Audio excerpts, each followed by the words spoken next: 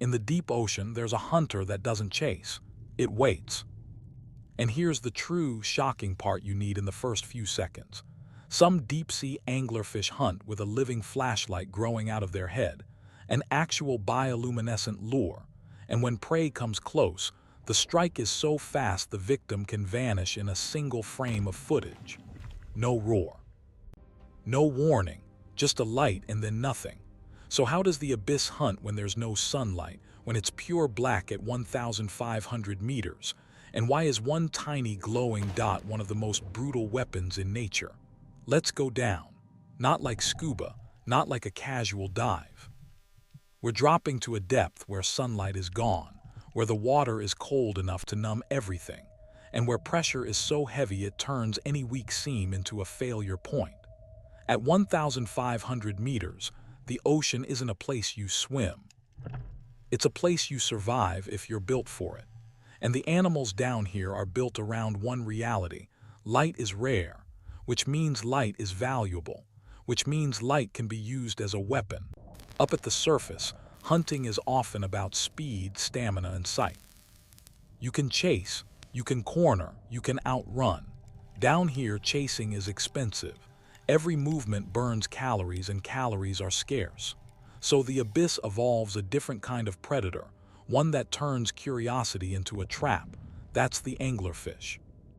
Imagine the descent like a slow theft of the world. At the surface, the ocean is bright and noisy with life. Sunlight cuts through waves.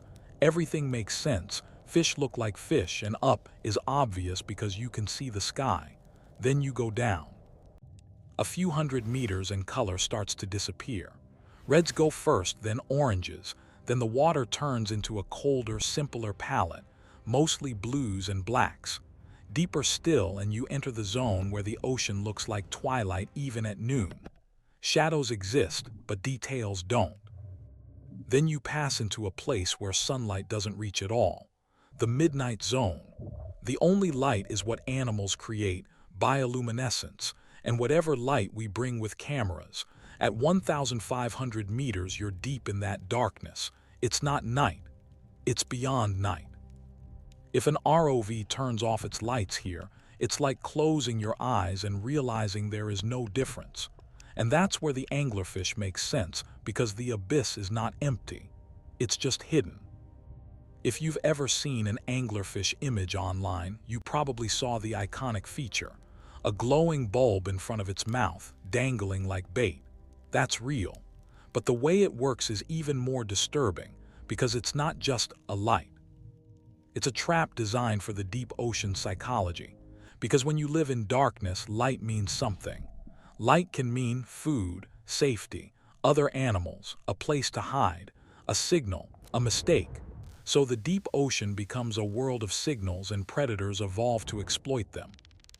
Anglerfish do it with a lure, often called an esca, on the end of a rod-like structure called the elysium, extending from the head.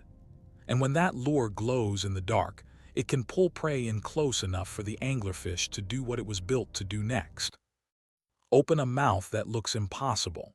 Here's the first thing most people don't understand until they see it properly. Many deep-sea anglerfish don't have big teeth. They have needle traps. Their teeth are long, sharp, and angled inward, built to prevent escape, not to chew. Their jaws can open wide relative to body size, and their stomach can stretch. Because down here, meals are not guaranteed. When food appears, you take it, even if it looks too big. The abyss doesn't reward picky. It rewards opportunity. So the anglerfish is built like a patient ambush predator with a biological fishing rod and a mouth designed for one chance. Now let's answer the question the title is hinting at. The anglerfish light trap. This is how the abyss hunts. Because the abyss hunts differently. It hunts with 3 rules. Don't waste energy. Don't be seen unless you want to be seen. Turn the prey's instincts against it. And the anglerfish is basically all 3 rules in one body. Start with energy. At 1,500 meters, energy is a currency that runs out fast. There's no sunlight feeding plants. Most food arrives as falling particles, drifting carcasses, or smaller animals moving through. That means there are long stretches of low food availability. So instead of sprinting like a tuna, deep-sea hunters often slow down. Some float, some drift. Some hang nearly motionless and wait for the ocean to deliver prey to them. That's why anglerfish ambush makes sense. A lure does the searching for you. You don't chase. You let curiosity come to you. Now the second rule, visibility. In the deep ocean, being seen is dangerous. But it's also an opportunity. Bioluminescence is everywhere in the deep ocean. Many animals produce light. They use it for camouflage, communication, distraction, even confusing predators. So down here, light is not automatically safe. It can be a trick, and anglerfish weaponize that. They become the thing that makes the signal. They control the narrative. Now the third rule, prey instincts.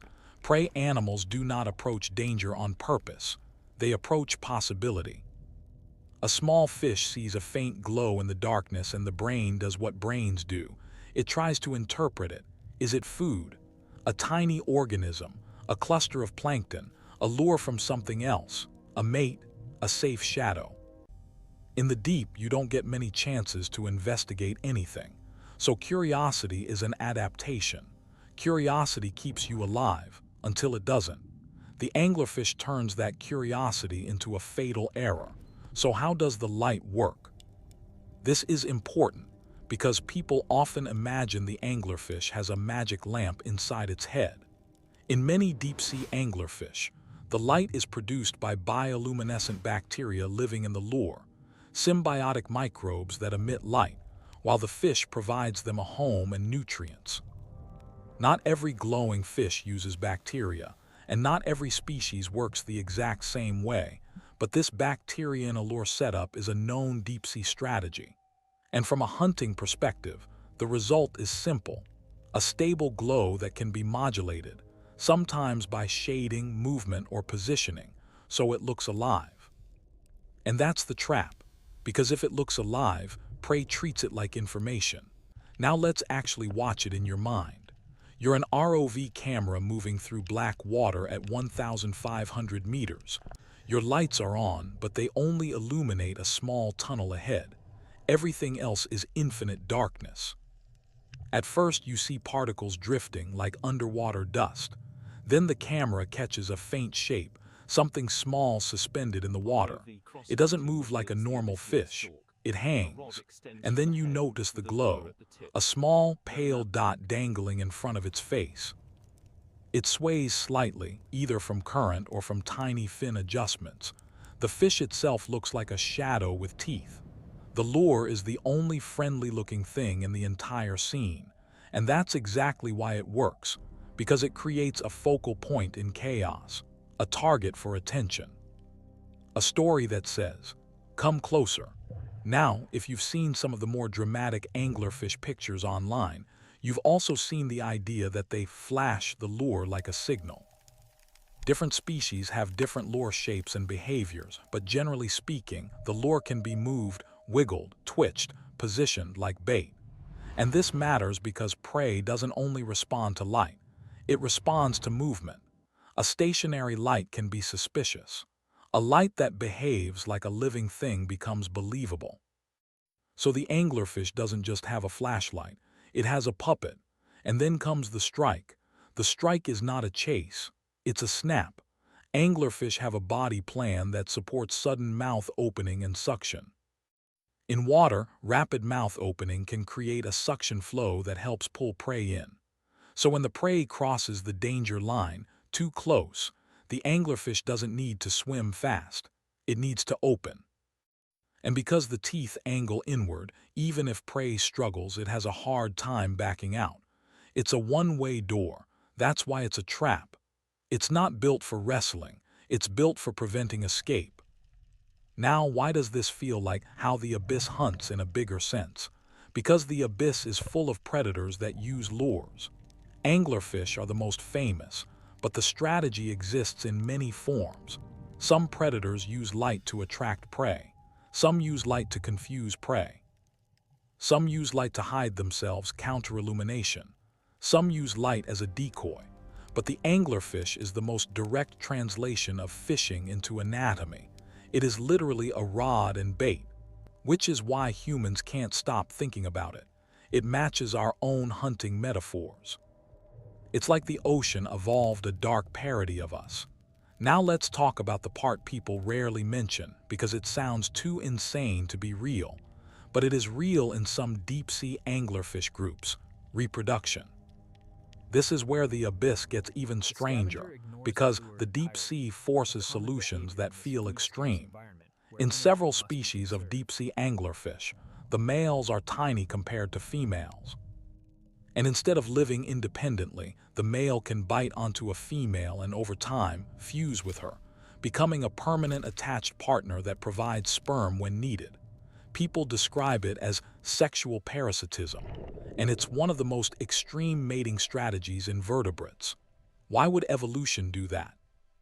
Because in the deep ocean, finding a mate is hard. It's not like a reef where you bump into your species every day. It's a vast, three-dimensional desert. So the logic becomes brutal.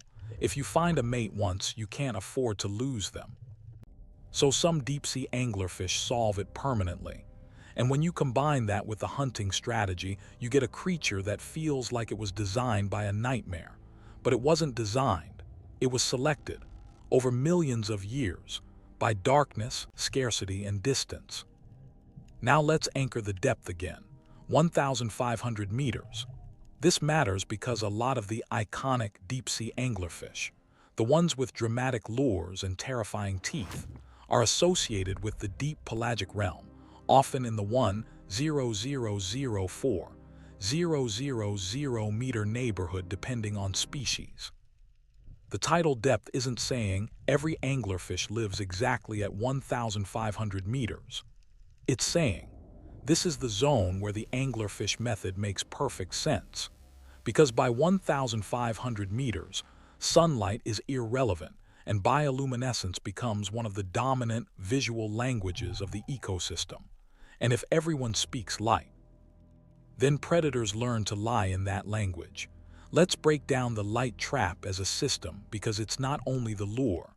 The trap has components: the environment, complete darkness, making light extremely noticeable; the signal, a bioluminescent lure that looks like prey or opportunity; the posture, a patient predator that minimizes movement and energy use; the kill mechanism, sudden suction and a mouth designed to hold; the payoff, a rare, high-value meal in a low-food ecosystem. That combination is not random. It's a solution optimized for the deep sea. Now people often ask, why don't prey animals learn? Some do, in a sense prey evolve too. But here's the deep ocean reality. You don't get many safe experiments. If you learn the wrong lesson once, you die. Also, the deep sea is full of different light signals. Many legitimate, many deceptive, many confusing. So avoid all light isn't an option because some light could mean food. And approach all light isn't an option because some light is a mouth. So prey species evolve their own strategies, cautious approaches. Speed bursts, staying in certain depth layers, using their own lights to confuse predators, traveling in groups when possible. But the anglerfish doesn't need to win every time. It needs to win enough, because it doesn't spend much energy trying. And here's another reason it works. The lure isn't only about attracting prey from far away. In the deep sea, visibility range is limited. Even bioluminescence doesn't turn the ocean into a lit room. What the lure often does is create a final mistake. Prey may already be nearby, drifting through the dark. The lure provides the last bit of confidence to close the gap. It's like the difference between noticing something and committing to it. The anglerfish doesn't need to advertise for miles. It needs to pull you into strike distance. Now let's talk about what anglerfish look like up close, because that's where the abyss hunts feeling really lands. Their bodies often look soft, sometimes almost gelatinous compared to fast swimmers. They don't have the streamlined shape of a tuna. They aren't built for speed. They're built for ambush. Their heads can look oversized. Their mouths can look too big. Their teeth look like they were borrowed from a trap. And their lure, depending on species, can look like a glowing bead, a glowing worm, a cluster, a fringe, a tiny lantern. Different designs for different prey psychology. Because evolution doesn't only sculpt bodies, it sculpts signals. If you want to make your audience feel the deep ocean's hunting style, show this contrast. At the surface, predators often chase through open water with speed and stamina. At 1,500 meters, predators often do the opposite. They create a moment. They create a point of attention. They make the prey come to them. It's less like running someone down and more like opening a door and letting them walk in. And that's scarier in a quiet way, because it feels intelligent even when it's just biology. Now let's address the not CGI vibe without leaning on hype. Anglerfish footage looks unreal because our brains associate glowing bait with human tools. We use light for fishing. We use lures. So when you see a fish doing the same thing, your brain tries to interpret it as staged. But it isn't staged. This is a real ecological strategy in the deep sea, documented repeatedly by deep-sea observations and captured specimens. The reason it feels like a movie is because the deep sea forces solutions that resemble technology. Anglerfish are not monsters. They are tool users in the only way evolution allows: anatomy. Now, there's a myth worth correcting because it shows up everywhere. People say anglerfish turn on the light to hunt and turn it off to hide like a flashlight. Some species may be able to control or modulate the light output in certain ways, but the exact control mechanisms vary, and in bacteria-based systems, the relationship can be more complex than a simple on-off switch. So keep the script real. The lure glows, the fish can position it and move it, and that signal is enough to attract prey in darkness. That's the core truth, and it's already incredible. Let's zoom out and make this even bigger. The anglerfish lure is not just a hunting trick. It's a clue to how the deep ocean is organized. Because the deep ocean runs on scarcity, signals, specialization, risk management. Every creature down there is solving a math problem. How do I get enough energy without becoming someone else's energy? Anglerfish solve it by outsourcing the work to the lure. They make the prey do the last step. And in a world where movement costs calories and visibility costs your life, that's a genius solution. Now imagine the abyssal food web like a dark city. There are streets' depth layers where organisms move and feed. There are times dusk and dawn when traffic changes. There are areas of higher activity and areas of near emptiness. But unlike land, you can't see the city. You can only see what your lights touch. So predators like anglerfish create their own streetlight. A small, controlled beacon that turns the surrounding darkness into a stage. And anything that enters that stage becomes part of the story. Now let's talk about why this is so effective at 1,500 meters specifically. At shallower depths, there can be moonlight, dim sunlight, and visual hunting by animals that can still see fairly well. At 1,500 meters, sunlight is gone. The only meaningful light is biological or artificial. That means a lure becomes extremely prominent. It's like lighting a match in a pitch-black room. You will notice it, and if you are hungry, you might approach it. The deep sea turns a small glow into a huge signal. So even a modest bioluminescent organ can have outsized impact. And then there's the psychological part. Yes, animals have psychology in the sense of evolved behavioral responses. The deep sea trains behavior toward investigating potential food quickly, minimizing unnecessary movement, responding to small cues, because you can't rely on constant resources. So when something glows like food, the deep sea has already wired many creatures to pay attention. Anglerfish exploit that wiring. That's why it's a trap. Not because it's magic, because it's tuned to the prey's instincts. Now, if you want a sequence that makes your video feel cinematic and educational, you can structure the visuals like this. and you can hear the narration over it. Abyss darkness, right arrow faint lure, appears silhouette of anglerfish emerges, right arrow close-up teeth, and lure, right arrow prey silhouette, approaches, right arrow strike, right arrow empty darkness again. Because the deep sea often feels like that. A brief moment of terrifying clarity, followed by nothing. Let's also ground this in the reality of how rare meals are. In the deep ocean, animals can go long periods without eating, depending on species and conditions. That's why many have adaptations for big meals when they finally happen: expandable stomachs, large mouths, slow digestion. Anglerfish are in that category of opportunistic feeders. Not because they're greedy, because the environment is harsh, and the lure increases the odds that rare prey encounter becomes meal. Now we should talk about the real reason anglerfish feel like the symbol of the abyss. They embody the deep sea's biggest theme. The ocean doesn't need speed to be deadly. On land, we fear predators that chase. In the deep sea, the danger can be still. It can be quiet. It can be a single glowing dot that turns out to be a mouth. That's why the anglerfish is such a perfect creature for your series. It's not just weird. It explains the rules. Let's bring it back to you, the viewer.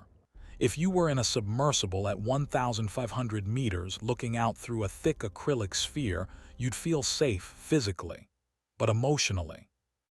You'd be staring into a darkness so complete it feels like a wall.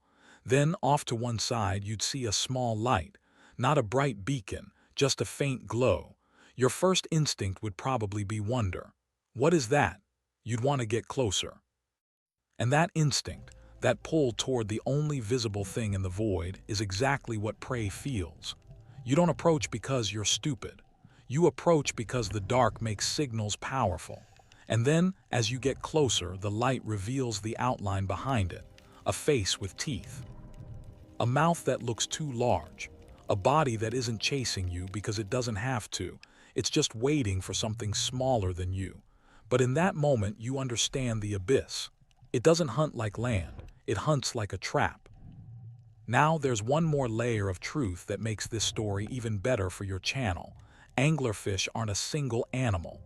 They're a whole group with many species, many variations, many lure designs. Some live closer to the surface than others. Some live deeper. Some have different shapes and strategies.